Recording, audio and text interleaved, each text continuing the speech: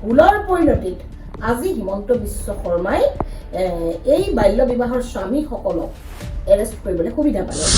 গগৈৰ দিনতে তেওঁলোক বিয়া হৈছে, কাৰণ হিমন্ত বিশ্ব শৰ্মাৰ দিনত বিয়া হোৱা গীটাৰ ল'ৰা ছোৱালী হ'ব হোৱা নাই নহয়।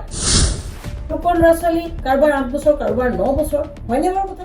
আৰু বাল্য বিবাহ আচলতে আটাইতকৈ ডাঙৰ কথা, এতিয়ালৈকে বাল্য বিবাহটো থাকিবই নালাগিছিলে। আজি বাল্য বিবাহৰ আইনখন মই জনামতে অসমলৈ আহিছে, মানে কি প্ৰযোজ্য হৈছে অসমলৈ বুলি নহয়, সমগ্ৰ ভাৰতৰ আইনখনটো আৰু অসমৰ কাৰণে নহয়, সমগ্ৰ ভাৰতত প্ৰযোজ্য হৈছে 2007 চনত কংগ্ৰেছ চৰকাৰৰ দিনত। আৰু 2007 চনৰ পৰা 2006 চনত তৰুণ গগৈ চৰকাৰ আছে। তৰুণ গগৈ কংগ্ৰেছ চৰকাৰে 15 বছৰ ৰাজত্ব কৰিলে। 15 বছৰৰ পিছত 2016 চনৰ পৰা 21 চনলৈকে সৰ্বানন্দ সোণোৱালে বিজেপি চৰকাৰ ৰাজত্ব কৰিলে। তৰুণ গগৈৰ 15 বছৰ আৰু সৰ্বানন্দ সোণোৱালৰ 5 বছৰ, টোটেল 20 বছৰ। এই 20 বছৰৰ ভিতৰত বাল্য বিবাহ আইনখন প্ৰণয়ন কৰা হ'ল 19 বছৰ।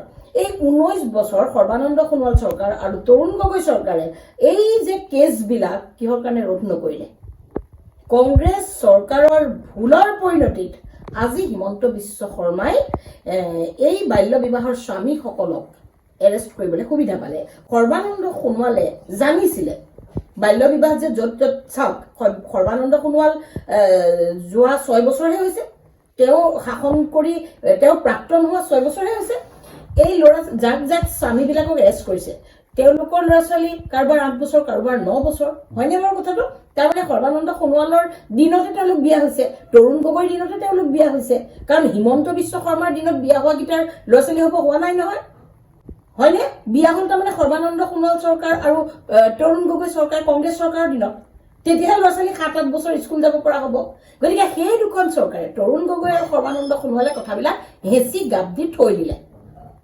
যাৰ কাৰণে হিমন্ত বিশ্বই আজি সেই 4004জন স্বামীক এৰেষ্ট কৰাৰ, গ্ৰেপ্তাৰী পৰৱানা দিবলৈ সুবিধা পালে। হিমন্ত বিশ্ব শৰ্মাই যিটো অত্যাচাৰ কৰিছে, সেই অত্যাচাৰটো কিন্তু কংগ্ৰেছ, তৰুণ গগৈ নেতৃত্বাধীন কংগ্ৰেছ চৰকাৰ আৰু সৰ্বানন্দ সোণোৱাল নেতৃত্বাধীন বিজেপি চৰকাৰখনে